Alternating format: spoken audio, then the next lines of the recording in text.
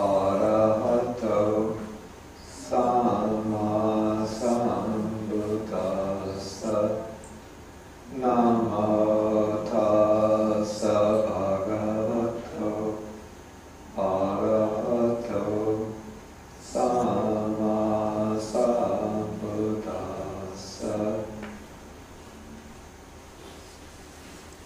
Good morning, everybody. Okay, today we'll be taking Sutta number 41 in the Majjhima Nikaya. This is called the Discourse to the Brahmins of Sala.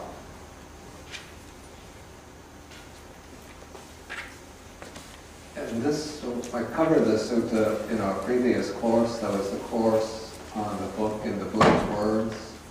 But since there are some people who are new to the Majjhima Nikaya course, and also this sutta is somewhat valuable, I thought I would take it again. The sutta is especially important because it explains the two types of courses of karma. That is, the 10 courses of unwholesome karma and the 10 courses of wholesome karma. And so the sutta gives us also the opportunity to speak a little bit about the Buddha's teaching on karma. Okay, so the sutta begins when the Buddha was traveling through the land of Kosala, and he eventually arrived at a Brahmin village called Sala.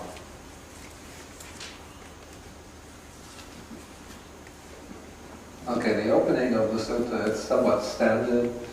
One finds this opening in many suttas, that the people of this village or town hear that the Buddha has arrived, then they hear that a certain report has been circulating about him, that he is an accomplished one, that is an arahat, fully enlightened one, he's Sammasambuddha, he's perfect in knowledge and conduct, the sublime one, knower of the world's incomparable leader of persons to be tamed, teacher of gods and humans, the enlightened one, the blessed one. He declares or he explains the nature of this world with its gods, its maras and its brahmas, of this population with its recluses and Brahmins. It should actually be with its deities and its people, which he has himself realized with direct knowledge. He teaches the Dharma that's good in the beginning, good in the middle, good in the end, with the right meaning and phrasing, and he reveals a holy life that is utterly perfect and pure. So then they decide to go visit the Buddha, and so they come, they greet him in different ways. Then they sit down and they ask him the question. So now we come to paragraph 4. So when they're seated, they say to the Buddha, Master Gautama, what is the cause and condition, what is the reason why some beings here on the dissolution of the body after death reappear in, here it's translated, states of deprivation, or we could say in the states of misery, in an unhappy destination, in perdition, or we could say in the lower world, even in hell. And what is the cause and condition? What is the reason why some beings here on the dissolution of the body after death reappear or take rebirth in a happy destination, even in the heavenly world? Okay, now in this question, the Brahmins are asking a question which seems to be part of the shared background or shared worldview of the Indians of this period. And this is the idea that there are many planes of existence, many realms of existence. And the traditional Buddhist cosmology that we find in the early discourses stratifies these realms of existence into 5 principal realms.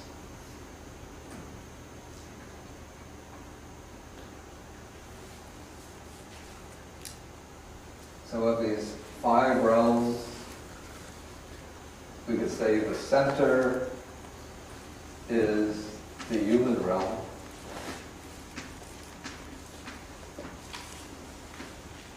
Then there are worlds below the human realm and worlds above the human realm.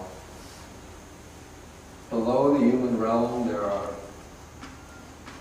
particular realms that we share with the animals.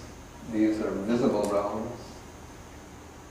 Then there's the realm of beings who are called Bhikkhus, or afflicted spirits, sometimes translated as hungry ghosts.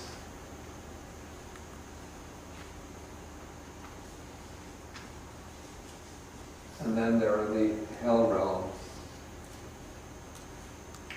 Then above the human realm there are various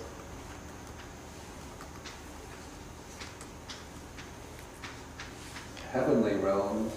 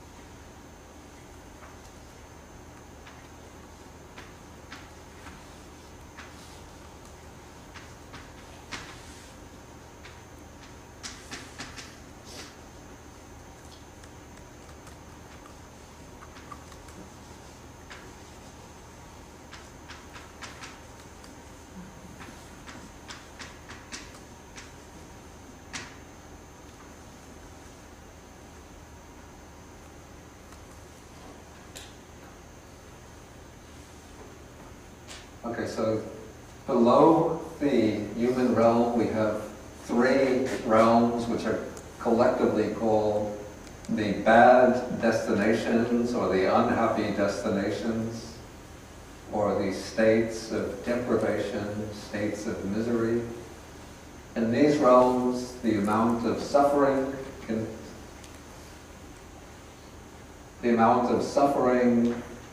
is much more prominent than the amount of happiness experienced. So these are realms in which suffering, pain, misery, deprivation prevail over happiness or pleasure. Then above the human realm there is a large number of realms that are called the heavens or heavenly realms. Some of them share with us the predominance of sensory experience. So these are called the sense sphere heavens. We don't have to go into them individually. But in these realms, the beings enjoy a prevalence of sensual pleasure, but a very refined, subtle type of sensual pleasure, not like the gross sensual pleasures of human beings. So they enjoy lovely forms through the eye, probably beautiful music. They might have very delicious, subtle, refined food, very delicate fabrics for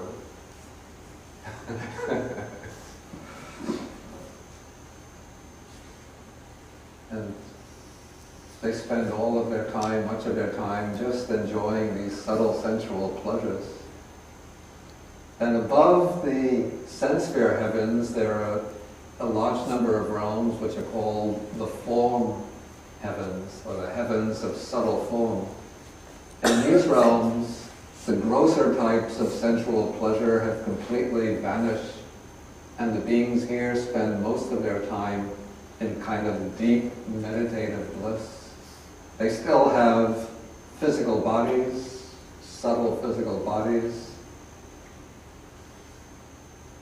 but it's said that the lower the coarser types of sensory experience have dropped away. The beings can still see and hear, touch, perhaps, but their minds, most of the time, when they're not, I don't know about the lifestyle there, but but when they don't have to go about their day-to-day activities, they just immediately settle back into meditative bliss, the bliss of the jhanas, or meditative absorptions. And then above the form heavens, there are some other realms which are called the formless heavens, where even physical bodily form falls away. The beings here are just like streams of mind or consciousness, and most of the time the beings here are absorbed in the meditative peace and equanimity of the formless absorptions.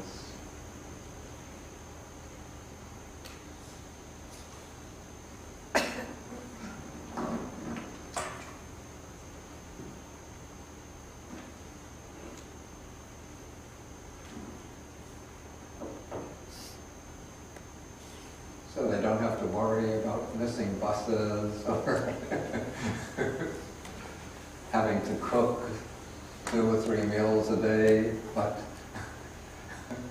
since they don't have bodies, they don't have to keep up the body. But what it's like when they come out of the meditative absorption, I don't know, but most of the time they're just absorbed in this very tranquil peace, equanimity of the formless meditations. Okay, so these are the realms of existence. Some of them, at least, seem to have come from the general cosmology of the period, but the way they're fit together into the scheme of the 5 destinations seems to be particularly Buddhist.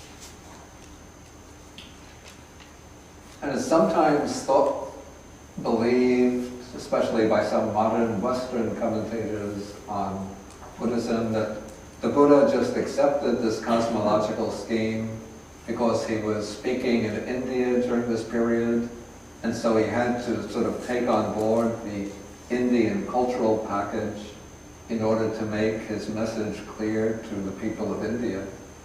But in fact, we see over and over again in the suttas that the Buddha teaches this cosmology on his own as realms that he has himself realized through his own abhinya, or direct knowledge. And again he explains the different types of karma that lead to rebirth into these different realms. So these are the 5 principal realms of rebirth. In the somewhat later period, a 6th realm comes to be added, which is called the realm of the asuras. The asuras are the titanic type of beings. They're almost like the devas, except they're depicted as being fierce and angry rather than blissful and peaceful. And often they're shown as being in a kind of state of war with the devas. They're trying to conquer the deva realm, especially the realm of the 33 devas. And so we could, in this cosmology, we might see the Titans as being a kind of subset of the sense-sphere heavenly realm. But in the early texts, the asuras are not separated off into a realm of their own.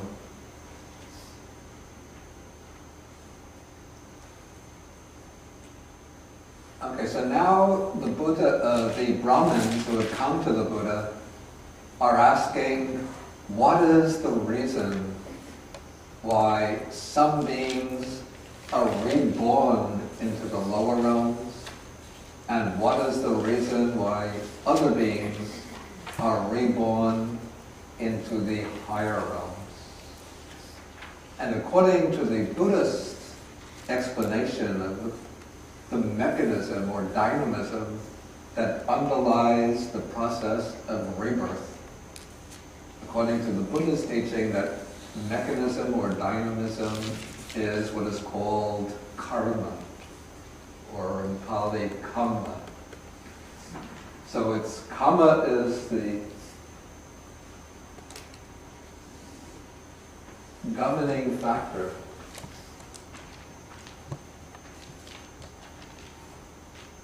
that determines rebirth into these different realms.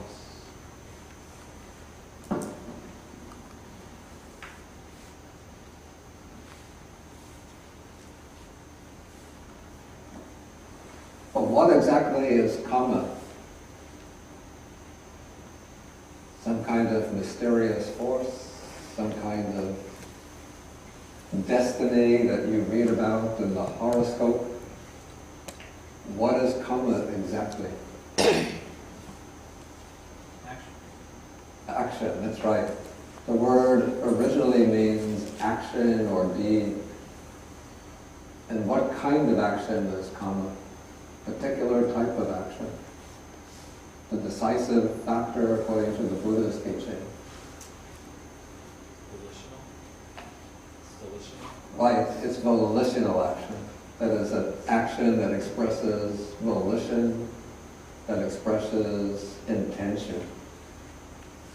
So an action that takes place, but the kind of accidental action does not create kamma.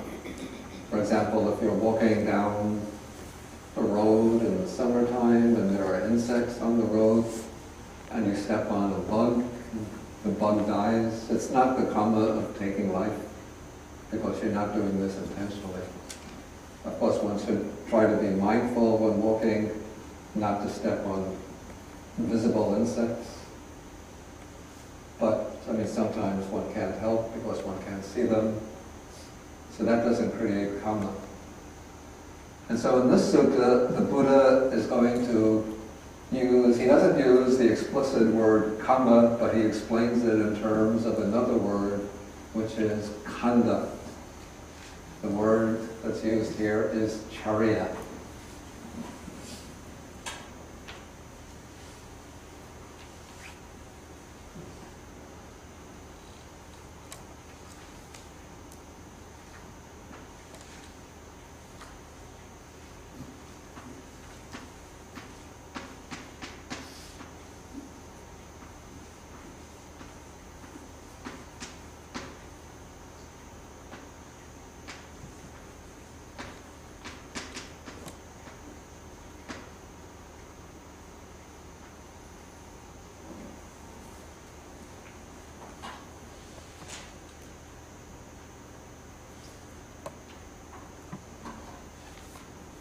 Yeah, the word kamma comes from the verb karoti, which means to do or to make.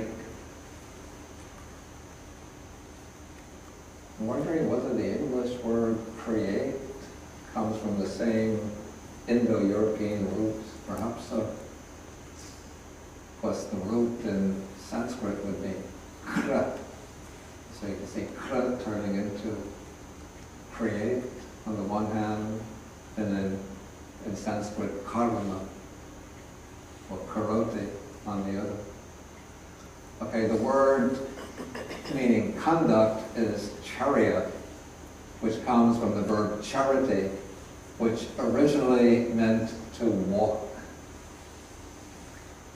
And so, from walking, when you walk, you engage in a particular process, or you take a particular path. And so, walking turns into a kind of behavior or conduct. And so the word charya takes on the meaning of conduct. And so the Buddha explains this dynamism behind the process of rebirth in terms of two different types of conduct. In paragraph 5, he says, "It is by reason of conduct not in accordance with the Dhamma by reason of unrighteous conduct, that some beings here, on the dissolution of the body after death, reappear or are reborn in states of deprivation, in an unhappy destination, in perdition, let's say in the lower world, even in hell. And it is by reason of conduct in accordance with the Dharma, by reason of righteous conduct, that some beings here, on the dissolution of the body after death, reappear or take rebirth in a happy destination or in a good destination, even in the heavenly world. Okay, so the Buddha, speaking in a very broad and general way, distinguishes action or conduct into two types.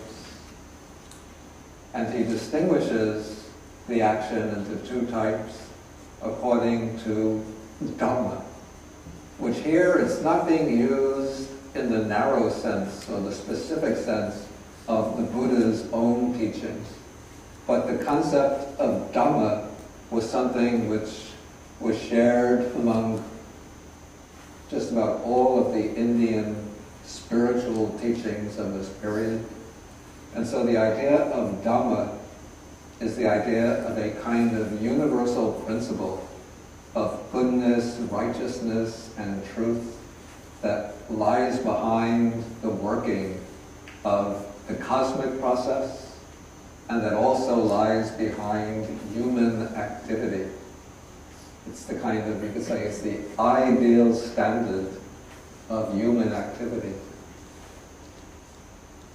So a king who's ruling a country, even if he doesn't know anything about Buddhism, but if he rules according righteously, if he rules benevolently, if he looks after his subjects, if he exercises justice, prudence in administering his realm, we say that he's a Dhamma Raja, that he's a righteous king. Yeah. Did you have a question? Yeah. Oh. I just want to know exactly what the black hole, so we come out later. Excuse me? I just want to know the question like the black hole. Oh, to wipe the blackboard. Not quite yet. When I need something to be wiped, I'll let you know. Okay, so we have this sort of objective standard of goodness, of truth, of rightness, which is Dhamma.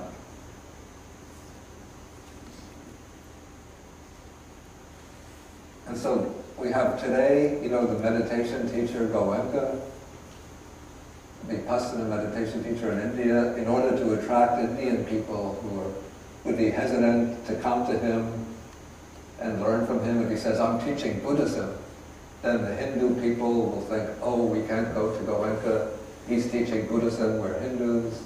Or the Jain people think we can't learn Vipassana because we're Jains. So the Goenka says, I'm not teaching Buddhism, I'm teaching Dhamma. And so Hindu people think we follow Dhamma also. Jain people think we follow Dhamma also. People, what's the other community? Sikhs think we follow Dhamma also. The Parsis, people of Persian, Zoroastrian descent, think we follow Dhamma also.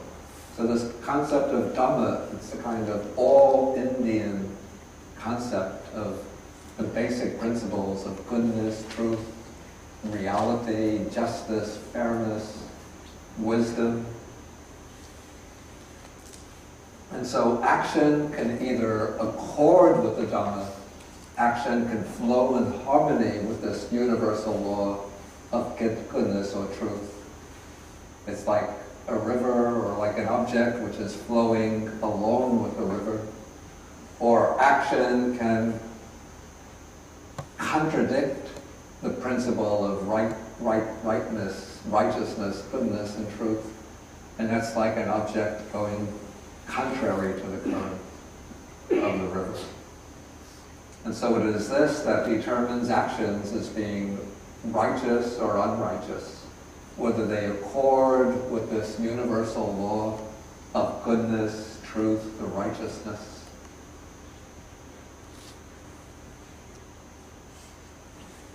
Okay, before we go into details, maybe I'll ask if there's any questions at this point. Yes? So, at least up till this point, the word karma has not actually been used. It hasn't been used. I'm not Is it? sure that it's going to occur in the sutta at all. But basically the word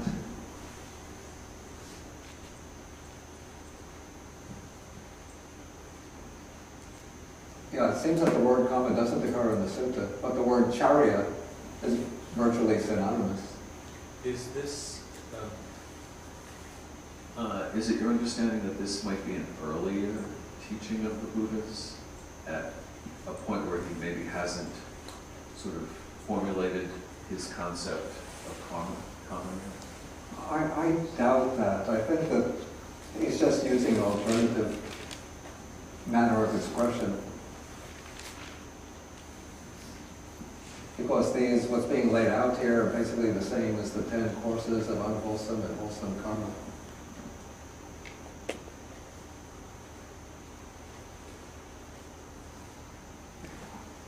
Any other questions?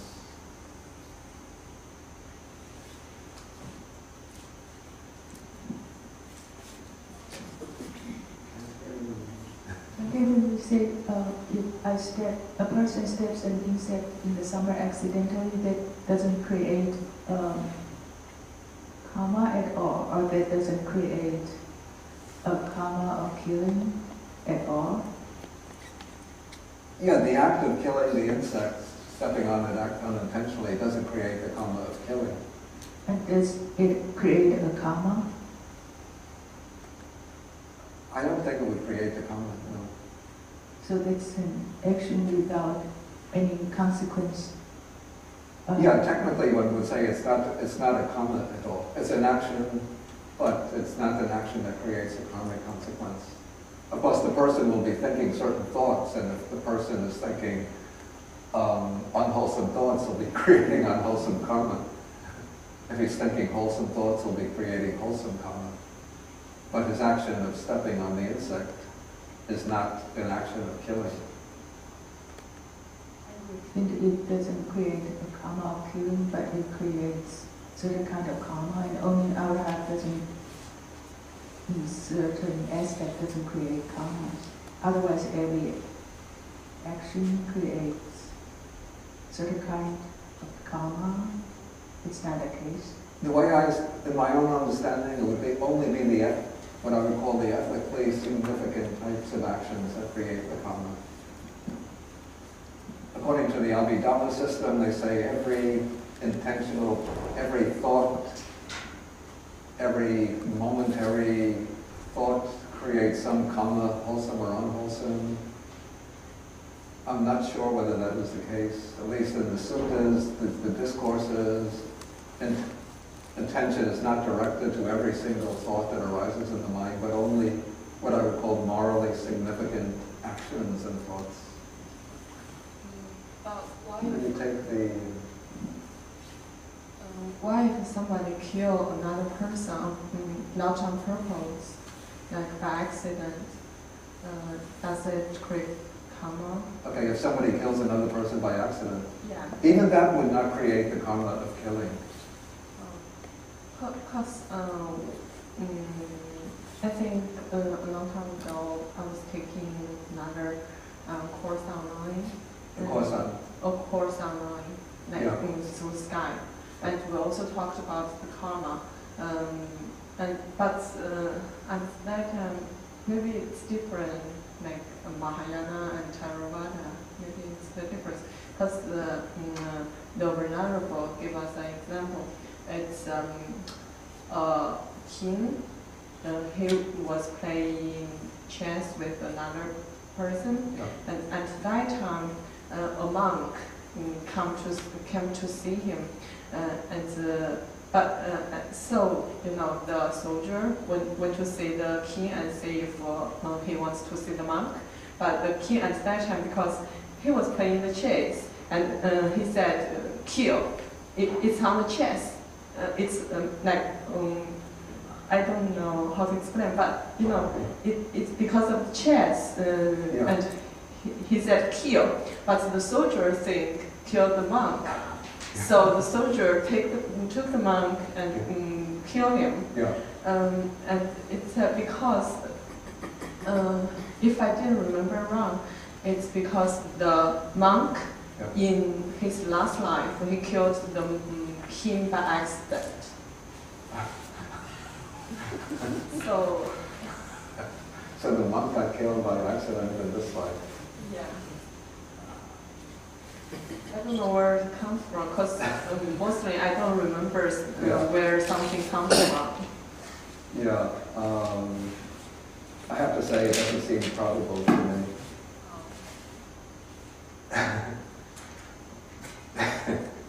Because whether I kill somebody by accident or I kill somebody unintentionally, if I get the karma of killing, and then in the next life I get killed by somebody else, it doesn't matter to me.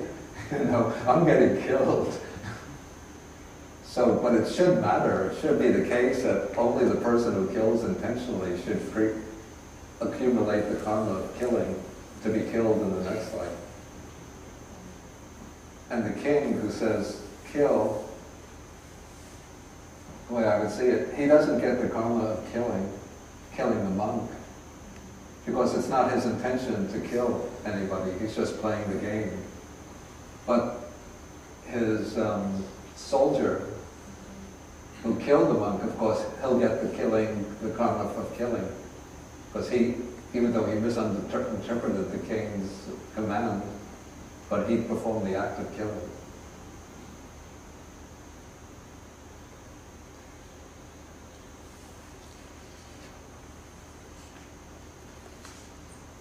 In fact, there's a story about the king Ashoka, the great king of India. How does it go? I think he gave a command to a minister. It said that there were numerous so-called heretics infiltrating the Buddhist Sangha in order to take advantage of the king's generosity. So the king gave an order to a minister to get rid of the phony monks, the imposters posing as monks. And so the minister went and rounded up the people who he determined to be the phony monks and had them killed. He thought that was what the king meant by get rid of them, whereas the king only meant to expel them from the Sangha. So then when King Ashoka heard this, he was worried, did I get the karma of killing? And it was always disturbing his conscience till he met the monk who told him that you had no intention of killing any monks. So the karma is with your minister, not with yourself. Okay,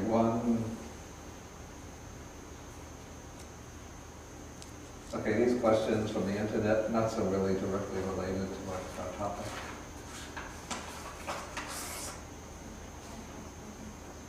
Okay. Does every sentient being by definition have 5 aggregates? Does every sentient being. All sentient beings except the beings in the formless realm.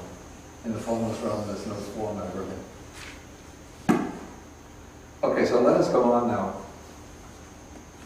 So when the Buddha gives this very general account of the working of karma and rebirth, the Brahmins say, we don't understand the detailed meaning of what Master Gotama has said.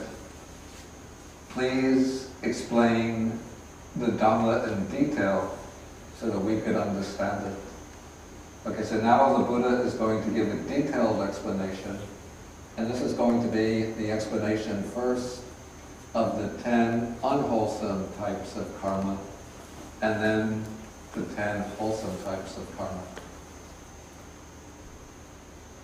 Okay, so now the Buddha says that there are 3 kinds of bodily conduct not in accordance with the Dharma, unrighteous conduct, 4 kinds of verbal conduct not in accordance with the Dharma, and 3 kinds of mental conduct not in accordance with the Dhamma.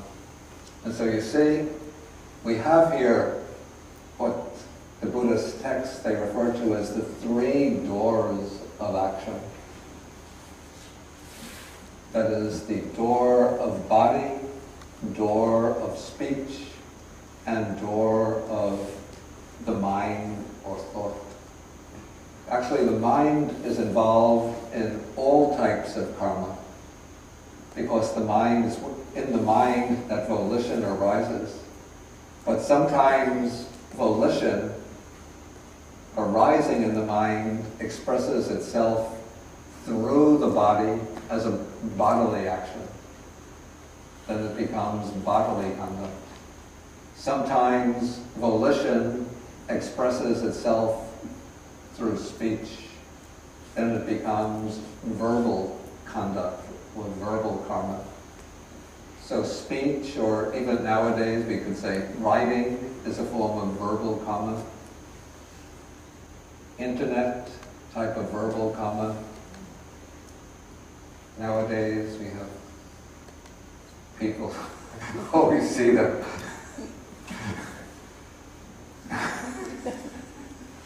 What is this? Texting. What? Text. Text messaging.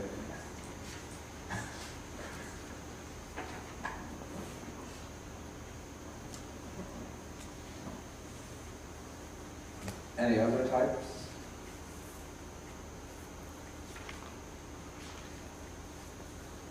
Someday they're going to get ways to, you just put the plug into the mic, into the ear, or maybe they'll do a little surgery to put it into the brain. And you think, I want to communicate with so-and-so, and you just think the thoughts, and the thoughts will go to so-and-so. That's what. Like something you're not supposed to say. Yeah, but to protect the person, sort of, this is the privacy provision, you have to consciously think 3 times, I want this message to go to so-and-so. Otherwise, the people will be reading each other's minds, and nobody will have any friends anymore.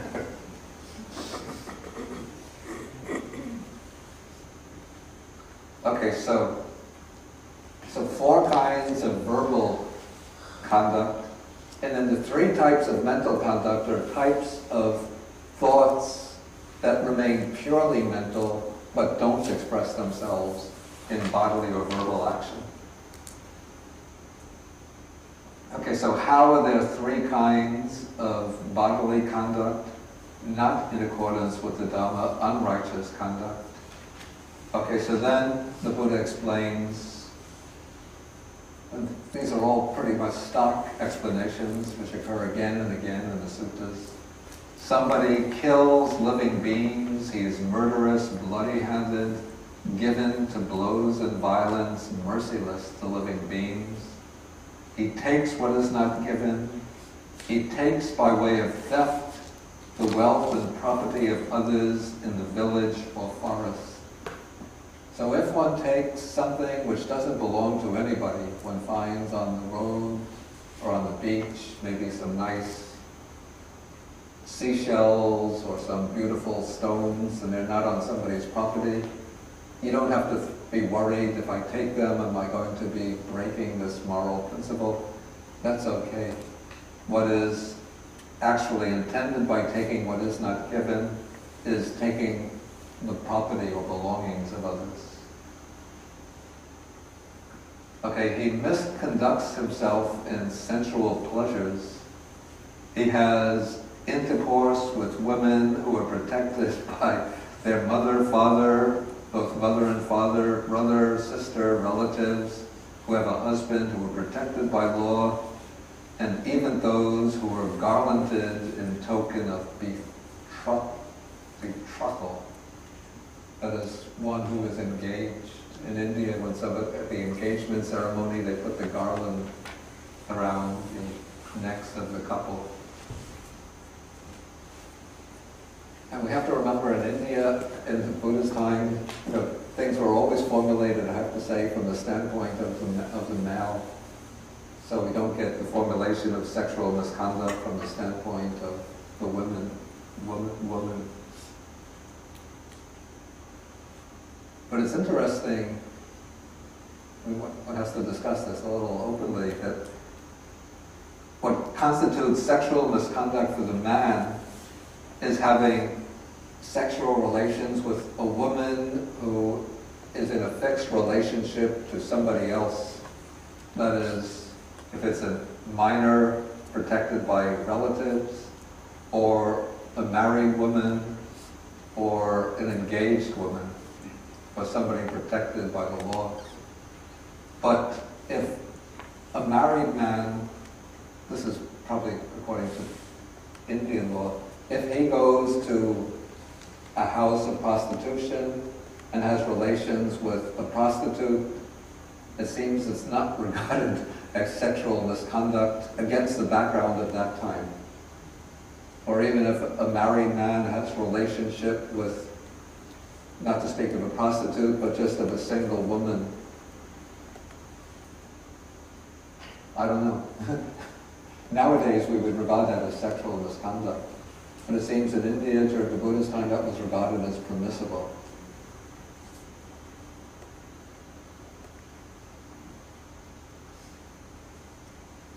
And the texts don't state what is sexual misconduct for the woman, but the commentaries say if a married woman has sexual relations with any man apart from her husband, then it's sexual misconduct. And so the way it's interpreted by the commentaries, at least, it's not exactly parallel or symmetrical. And I have to say also that there's nothing in the early Buddhist texts which condemns homosexual relations as being sexual misconduct. Some years ago, the Dalai Lama was giving a lecture in which he said he was enumerating types of sexual misconduct, and then he mentioned homosexual relations, and it created a big furor amongst the gay and lesbian community in the US. But in fact, the Dalai Lama was not basing himself on any of the early Buddhist texts, but upon a medieval commentary from the 4th, 5th century called the Abhidharmakosha. But there's no statement in the early Buddhist texts condemning homosexual relations as such. It's just that if an ordained monk or nun has a homosexual relationship which involves in full penetration of some sort, then it's defeat for them, just as it is if they have a heterosexual relation. In both cases, they have to be expelled from the monastic order.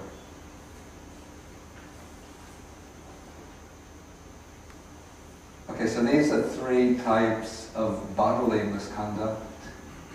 I'll just go quickly through the other types. The verbal misconduct. Someone speaks falsehood, and then a special type is mentioned as being this would be the heaviest and gravest type of false speech. That when someone is called to a meeting or to the court, and he's questioned as a witness, tell what you know, not knowing, he says, I know, or knowing, he says, I do not know, not seeing, he says, I have seen, or having seen, he says, I did not see. So that is, in other words, bearing false witness or perjury is the gravest form of false speech.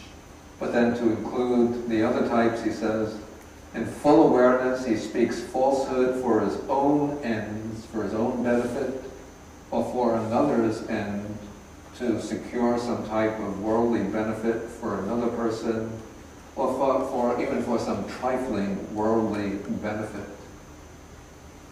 So that is false speech. Then somebody speaks maliciously. This is divisive speech. That is, he speaks to others, he tells a group of people what he's heard about somebody else, in order to intentionally create divisions between them. Then he speaks harshly. And as he speaks words that are rough, hard, hurtful to others, offensive, bordering on anger, unconducive to concentration. And then he is a gossip, somebody who speaks at the wrong time, speaks what is not fact, speaks what is useless, speaks contrary to the Dhamma and discipline, and so on. He speaks words that are worthless, unreasonable, immoderate, and unbeneficial. I think that includes most of us. But it seems that this is taken, I have to say, from a monastic perspective, the kind of speech that a monk should avoid.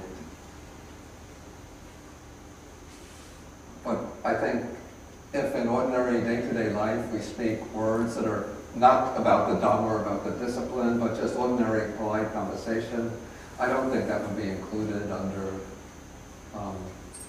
immoderate speech. Okay, those are 4 types of verbal misconduct. Then 3 types of mental misconduct. Okay, somebody is covetous. Now sometimes the word covetousness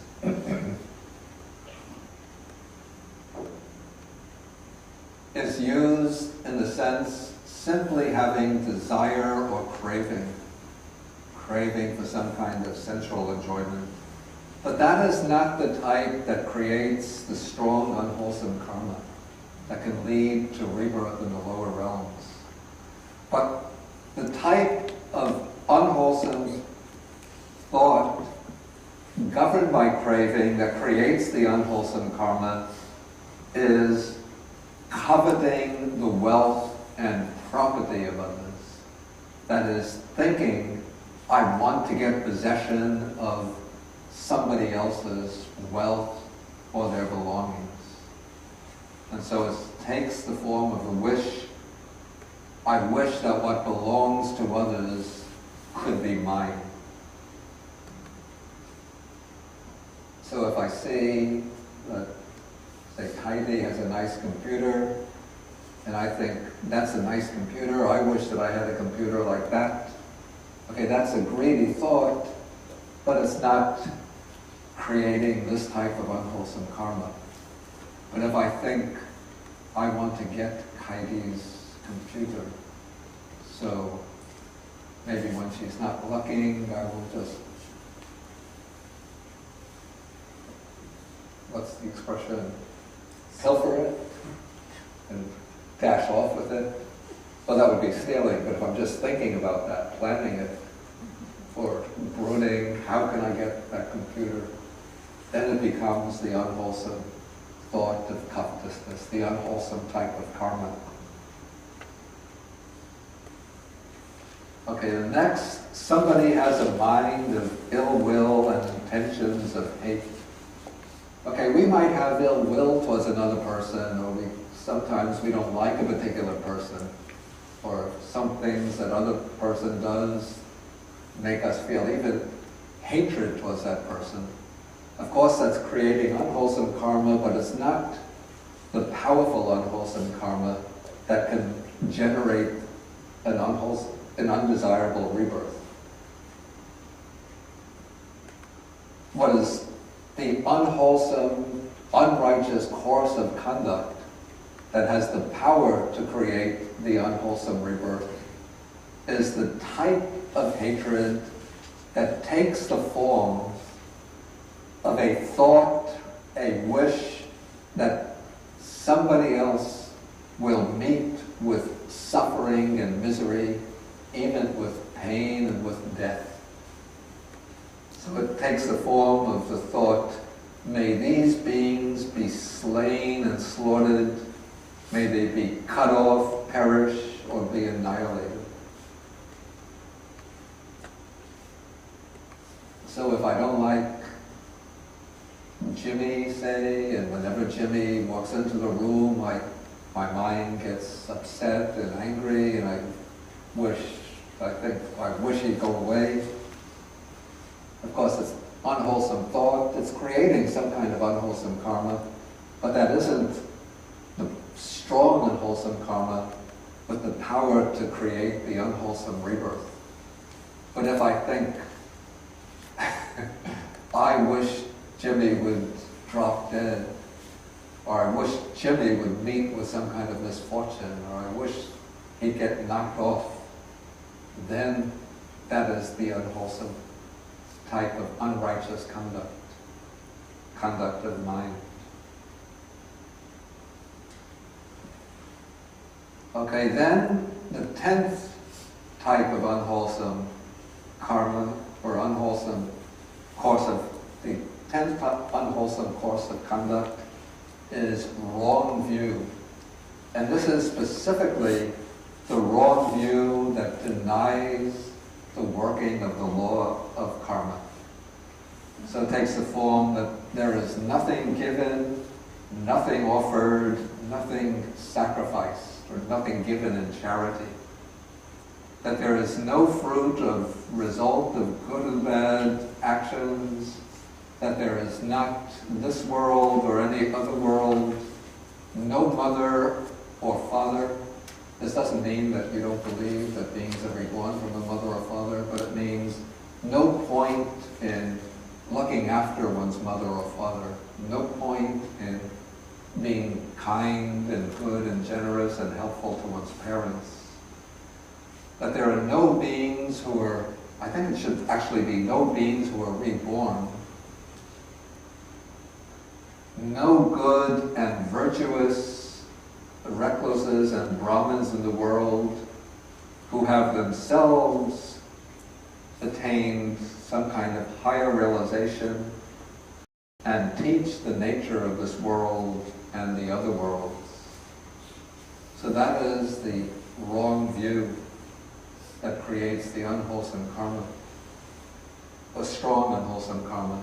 And I think one has to see the classification of this type of view as an unwholesome, unrighteous course of conduct against the Buddha's time, the background of the Buddha's time, where there was a general belief, a presupposition, that a good person, a virtuous person, is one who accepts the working of the law of karma and accepts the idea of rebirth into other realms.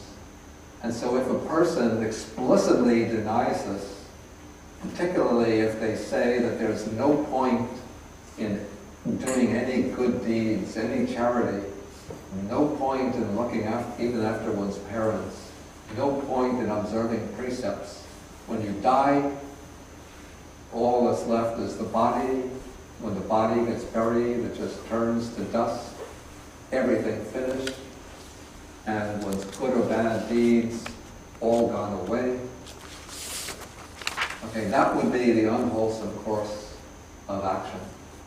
But nowadays we have people, who were brought up on scientific background. They might say, I don't see any scientific proof for the continuation of mind or consciousness beyond death. And so I don't believe that there's any personal survival of death. But they can be very good, very ethical people who still believe that one should be generous and helpful to others, that one should observe principles of nonviolence, that one should be conscientious, member of one's community. So if they deny karma and rebirth, but still uphold the basic code of ethics as a result of moral reflection and reasoning, I don't think that their view would be a type of unwholesome karma.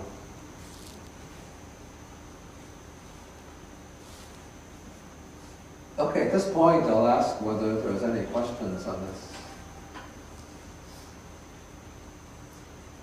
Okay, please take the microphone.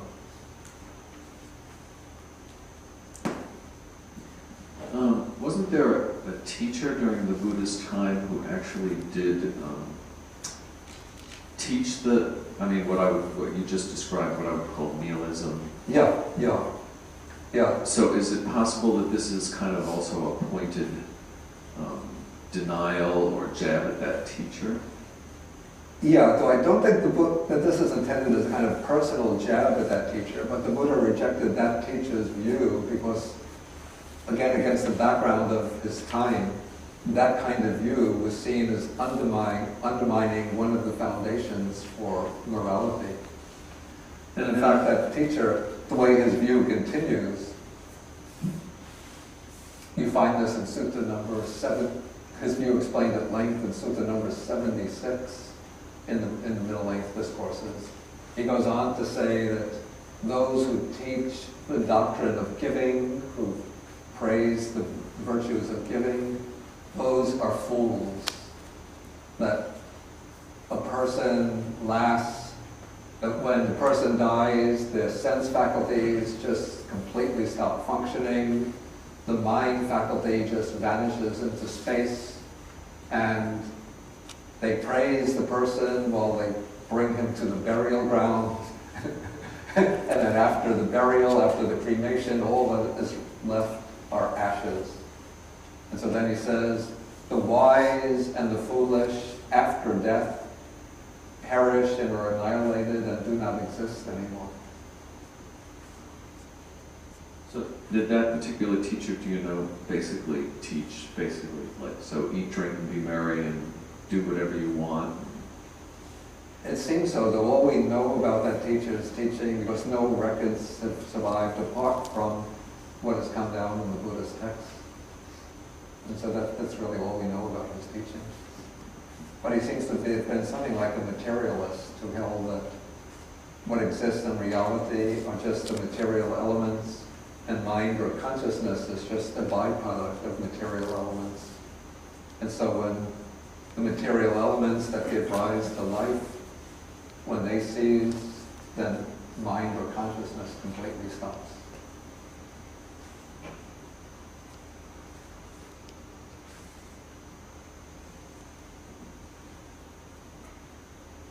Okay. Candy, you have down here? This way. Do thoughts which is greedy but not harmful to others create karma? Yeah. Say again? Do thoughts which is greedy but not harmful to others create karma? I see. Yeah, the thoughts that are thoughts of harming others, but that are not so strong as wishing them to meet harm. Is that what you mean? It's greedy, but it's not harmful to others. Oh, I see. Greedy thoughts that don't harm others. They create karma. They create unwholesome karma, but the karma is not strong enough to serve as a basis for generating the rebirth into the lower realms. It's only when the greedy thought takes the form of wishing to get the possessions of others that it is strong enough to take on that role of creating the new rebirth.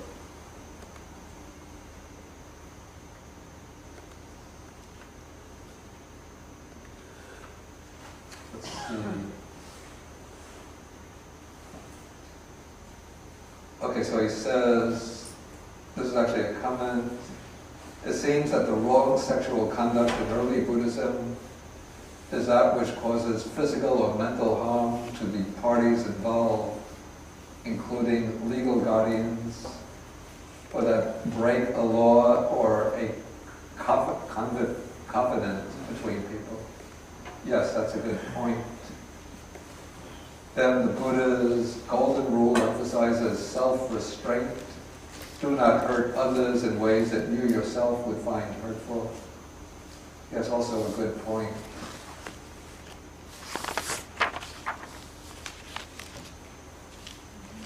Interesting. 8 followed by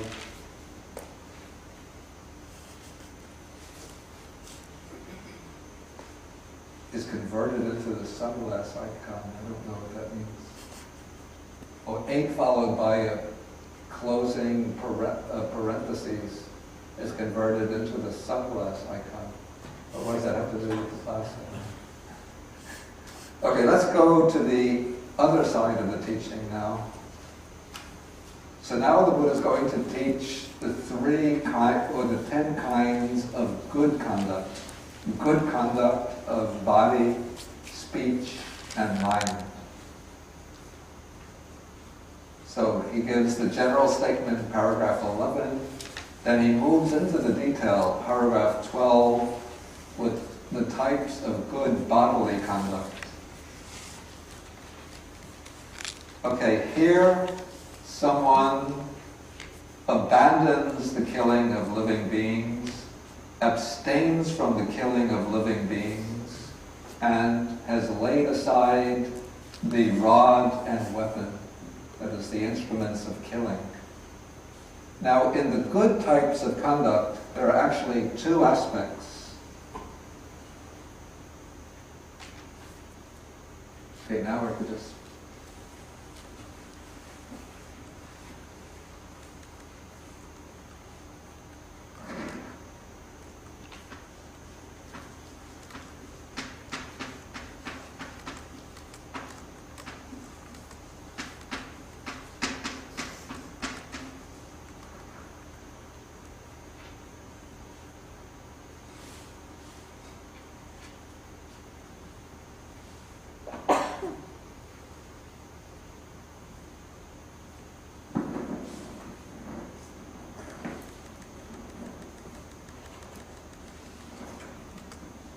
One is called varita. Varita means refraining from or abstaining from. The other is charita. Charita means, again, it's from the root charity, to act. So we could call this positive action or virtuous action. So the varita aspect of the first type of wholesome conduct is abandoning and abstaining from killing and harming living beings. Then the charita aspect, the good aspect, or you'd say the positive aspect, is being gentle and kind and being compassionate to all living beings. Then we come to the second. The varita aspect is abandoning the taking of what is not given, abstaining from taking what is not given, and not taking by way of theft the wealth and property of others in the village or in the forest. But actually some other suttas say that one dwells honestly, one lives honestly, pure in heart. Okay, then abandon the third principle. The varita aspect of restraining is abandoning and abstaining from misconduct and sensual pleasures, not having relations with all of those types of women that are mentioned. And elsewhere, the positive aspect is said to be remaining what is called satisfied with one's own wife. But we could generalize that and say remaining satisfied with one's own partner. So these are three types of bodily conduct that are in accordance with the Dhamma. Then four types of verbal conduct in accordance with the Dhamma. Here, okay, the aspect of varita, someone abandons and abstains from false speech. Then when somebody is called as a witness, he says what he knows, what he has seen, without any kind of false speech. So speaking truthfully, we can say, is the positive aspect. Which doesn't mean that one has to speak the truth even if it offends other people. But one should always try to speak the truth when it doesn't offend anybody or when it's the right time and circumstances for doing so. Okay, The next one, abandoning and abstaining from malicious or divisive speech. That's the aspect of refraining. Then the positive aspect is said one reunites those who are divided, a promoter of friendships, one who enjoys concord, rejoices in concord, delights in concord, one who speaks words that promote concord. Next, abandoning harsh speech and abstaining from harsh speech. That's the aspect of restraint. The positive aspect, one speaks words that are gentle, pleasing to the ear, and lovable, as go to the heart, courteous, desired by many, agreeable to many. Then the next one abandons and abstains from gossip or idle chatter. And the positive aspect, one speaks at the right time, speaks what is fact, speaks on what is good, speaks on the Dharma and discipline, speaks words that are worth recording, reasonable, moderate, and beneficial. So these are the 4 kinds of good, wholesome verbal conduct. Then 3 types of mental conduct in accordance with the Dhamma. Okay, someone is not covetousness, and he does not covet the wealth and property of others. He is without ill will and free from intentions of hate. And instead he wishes, may these beings be free from enmity, affliction, and anxiety. May they live happily. And then the 10th, he has a right view, the view that there is giving, offerings, and charity. There is the fruit and result of good and bad deeds. There is this world and the other world. There is mother and father, or in other words, service to mother and father. There are beings who are reborn. There are good and virtuous recluses and Brahmins who understand the nature of this world and explain them to others. Okay, so these are the 10 types of good or wholesome conduct, the types of conduct that are in accordance with the Dhamma, righteous conduct. Okay, now the Buddha ends the discourse by showing the benefits or fruits of the 10 types of good conduct. He says, if one who observes conduct in accordance with the Dhamma, righteous conduct, should wish after death, may I be reborn in the company of well-to-do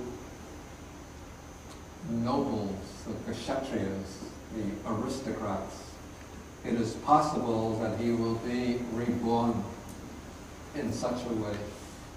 If he wishes, may I be reborn in the company of well-to-do Brahmins, in the company of well-to-do householders, it is possible that he will be reborn in that way.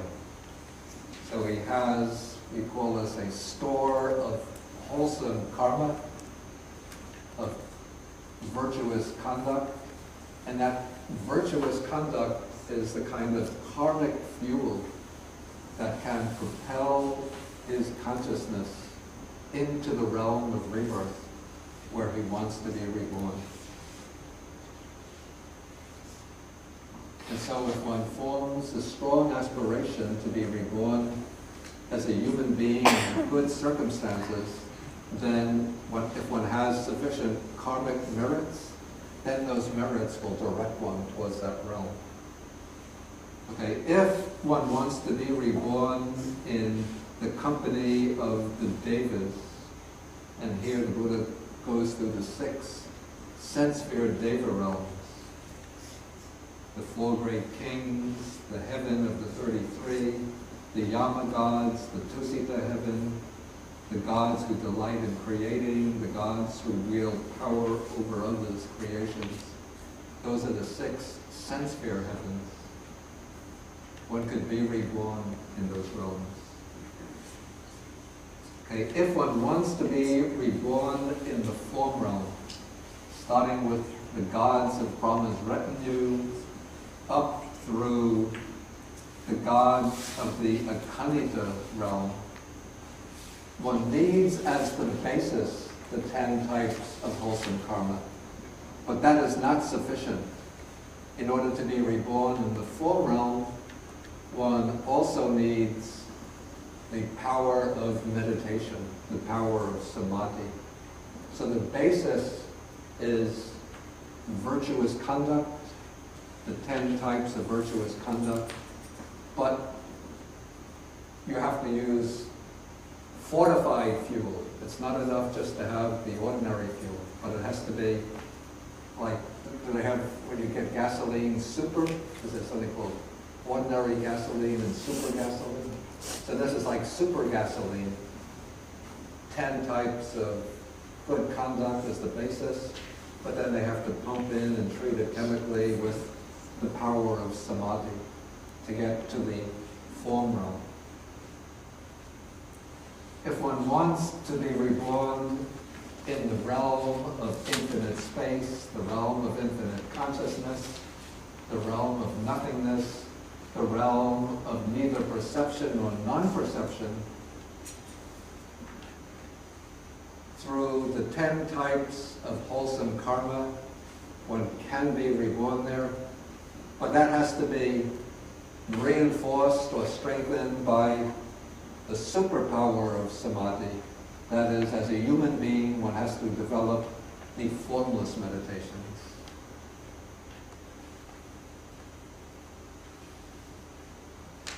Okay, then paragraph 43, the Buddha brings in the highest aim. He says, if one who observes conduct in accordance with the Dhamma, righteous conduct, should wish, may I realize for myself with direct knowledge, here and now, and enter in the deliverance of mind and deliverance by wisdom that is taintless with the destruction of the asavas, the destruction of the taints or defilements, it is possible that he can realize this liberation of mind, liberation by wisdom, right here and now. Why is that? Because he observes conduct in accordance with the Dhamma, righteous conduct. So even for attaining nibbana, nirvana, in this very life, the basis is the 10 courses of wholesome karma. But to reach that, one needs more than just the 10 courses. One needs the super power of the Noble Eightfold Path. One needs also samadhi and then insight or wisdom to cut off all the defilements.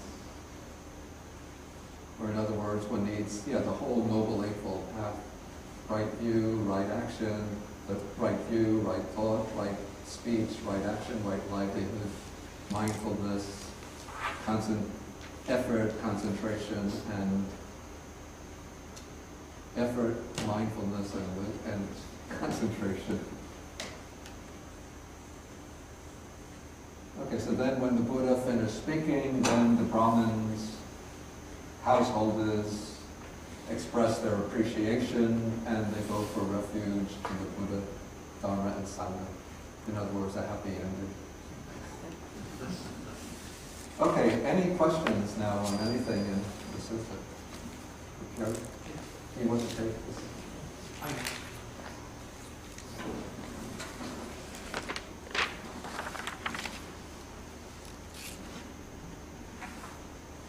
As we go through the Sutta here this morning, one thing that strikes me is it almost seems that this is where vows are born. Yeah. We can take that into bodhisattva vows Yeah. too, Yeah. and wholesome conduct, Yeah. and the bodhisattva vows. Yeah. It seems as we read through this, Yeah. it's very striking that Yeah, yeah, one can take on yeah, specific vows yeah, yeah. and be, along the Buddhist path. Yeah, that is actually so. In fact, there's a sutta that comes much later in the middle-length discourses where the Buddha explicitly says that if one wants to be reborn in a particular realm, one can make the aspiration to be reborn in that realm and constantly dwell on that, but then one has to sort of strengthen that resolution or aspiration with, I think he mentions 5 factors: faith, virtue, learning, generosity, and wisdom. In a way, those are almost like predecessors of, almost like paramitas. And so it's the vow or aspiration together with the power of certain spiritual qualities, that those sort of encompass the aspiration and they could direct the consciousness through. And take the... It's a long way around. Yeah, we need a canal, the library table canal.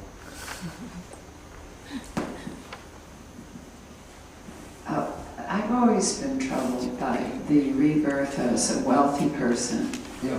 I know it's a complex question, Yeah. but it has been used as a justification for Yeah. social iniquities. Yeah. That poor people are looked upon Yeah. as people who have earned the suffering and hunger and strife. Yeah, I have to admit that I find that somewhat troubling in that respect too. The way I see it, at least the way I explain it to myself, like I don't have any aspiration to be reborn as in a family of millionaires or millionaires, but I would say that it's good to have the aspiration to be reborn at least under suitable conditions, so that under favorable material conditions, so that one is able to meet with the Dharma, and so one is free from, let's see, the crying desperation of material need that will direct one's whole attention just to getting enough food, to getting the shelter, to get clothing, to live in a country which is free from the ravages of war, even though we're living in a country which is responsible for a lot of warfare right now. Maybe, Richard, do you have something Well, to say? yeah, I agree with that. Then I wonder why would the Buddha put up with admiration for the rich when the rich are withholding from the poor what the poor need to survive, and they're just squandering it on luxury? Well, also, don't forget that the Buddha praises always generosity, giving and generosity.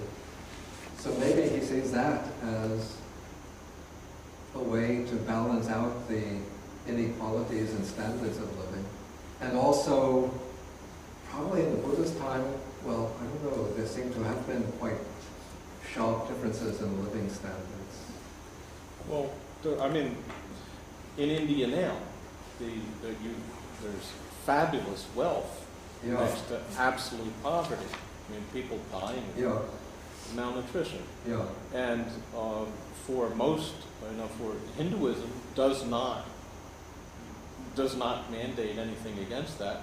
There are some Hindus who are quite generous, but the problem with generosity and charity is that it means that the poor have nothing of right. They have nothing that they can expect or that they can demand or that they're entitled to, whereas they simply become dependent upon the arbitrary generosity of the rich. Yeah, yeah. And so that there's no possibility of social justice there.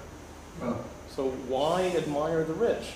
Why, when someone says, well, gee, I want to live a good life so I can be reborn as a wealthy person, why would the Buddha put up with that? Why would he say, well, I don't regard that as a worthy wish? I would what? I said, why wouldn't he say, I don't regard that as a worthy wish, Worthy wish. as a worthy desire? Yeah, I have to say, I find this a little bit troublesome too. Can I consider those are stepping stones that I don't think I can achieve the final goal this life, next life. That food is not a problem, that I can practice more. It's just a stepping stone. Yeah. But the problem is that if at least people that get very rich become infatuated with their wealth and not satisfied with it. So my aspiration would be just to be sometimes like middle class, but also sometimes poverty, if it's not utterly brutalizing and degrading poverty, can be a spur for people to develop their better faculties, the faculty of being diligent, energetic, persistent, patient, hardworking, and then to work themselves up and in this way they will develop certain qualities that can then be directed in a spiritual direction. It's good if the people who are speaking take the microphone. Maybe Patricia, you know? Thank you. Thank you so much for your teaching. It wasn't until I had almost no money that I truly had compassion for people who had no money. Yeah. Until I had my own experience of something that I really knew what it was about. So I'm very happy that I wasn't born with a lot of money, although I did inherit quite a bit of money, but didn't know what to do with it. Because I didn't have a background of knowledge about having money in this lifetime. Until I had no more money, then I had the questions about what should I have done when I had money. So it goes around and around like this. But I'm very grateful that I don't have that money because of the wonderful experience I've had seeing how it is for other people that have no jobs and no food and no clothing, which is a million times worse or less than what I have. So I think it's all a teacher for us, whether we have a lot of money or not. And I think if we look at the benefit of what we learn as an abundance rather than the amount of money we have, and I know many, many people who are very, very wealthy, who are very, very good-hearted, but their experience is different, so they can only do what they know. So, Neil, did you have something related to it? Yeah, I just wanted to add that from other things I've read, and I can't cite anything, that my sense of the Buddha talking about the advantages of wealth was always hand in hand with that people who are blessed with good fortune have the good fortune to be able to help those who don't have good fortune. And I think, I'm assuming, I don't know, but that in the time of the Buddha, I'm sure there was greed, but I don't think it was to the degree that we have today, because there wasn't the kind of wealth that we have today. And I think it probably was part of the culture that those who were fortunate helped those less fortunate more often than not. I think that there were both.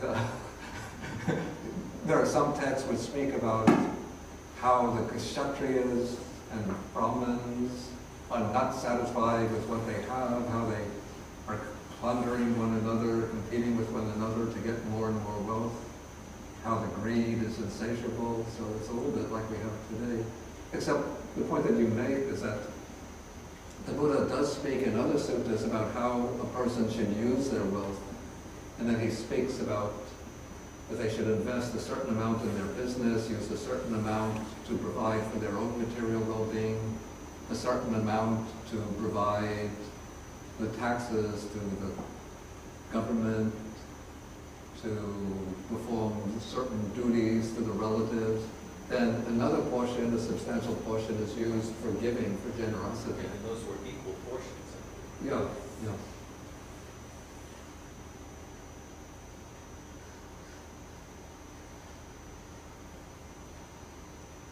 But I have to say that this way of teaching, it does lead to, at least in what I've observed in Sri Lanka, the idea that the rich are people who must have done good karma, and the poor are people who have not done good karma. And yet, well, if I look at the rich people, really rich people in the United States, there are some who are good, but others who are just insatiable and unscrupulous.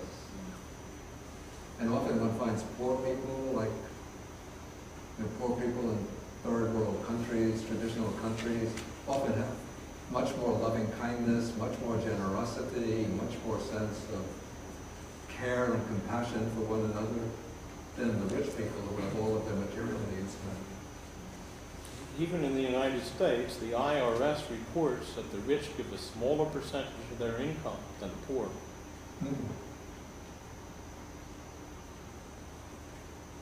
Okay, I think we'll have to leave anything further, or we can have a discussion after the class.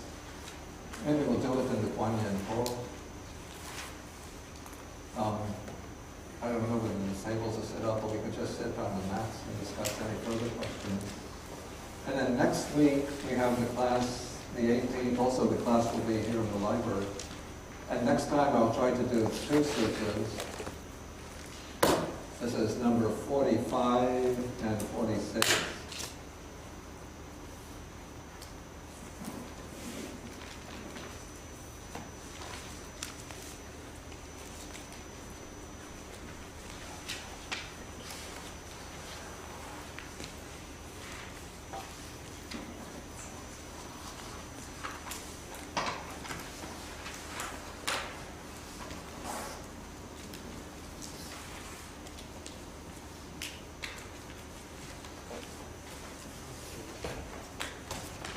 Anyway, I think as far as making wishes for rebirth goes, just my own personal opinion, not to make a wish to be rich, to be famous, to be powerful, or anything like that, but just make a wish to encounter the Dharma and to be able to practice and study under suitable conditions, and then to be able to teach and spread the Dharma to others, or to work for the Dharma in some form. That is the best kind of wish. And if you make that wish, then if your encounter with the Dhamma is going to come through being very wealthy, that will occur. If it's going to come by struggling with poverty, that will occur. If it's by being famous, that will occur. If it's by being despised and neglected by others, that will occur. Just sort of let one's path unfold according to the laws of nature, but keep the wish to meet the Dharma and to practice in life after life. Keep that foremost in the mind. Anybody disagree with that? Okay. Okay, so we share the merits with the Devas, the Nagas, or dragon spirits, the Bhutas, the fair spirits, and with all beings in general, wishing them to be well and happy, and to protect the Dharma, to protect the world. Akasa ta chabumata deva nagam hidika punyanta ganudikva chiram rakantu manum param. Akasa ta, no, I lost my mindfulness. Okay, akasa ta chabumata deva nagam hidika punyanta ganumodikva chiram rakantu desanam. Akasa ta chabumata deva nagam hidika punyanta ganumodikva chiram rakantu manparam. Eta vatacham hehi sampadam punya sampadam sabbe devan modantu sabba sampati siddhya. Eta vatacham hehi sampadam punya sampadam sabbe bhutan modantu sabba sampati siddhya. Eta vatacham hehi sampadam punya sampadam Sabe satanu modantu Sabha sampati siddhya Bhavagupadaya vichirishto Etantare satakai bhakana Rupiya rupicha Asanya sanino Tukha pamuchantu Pusana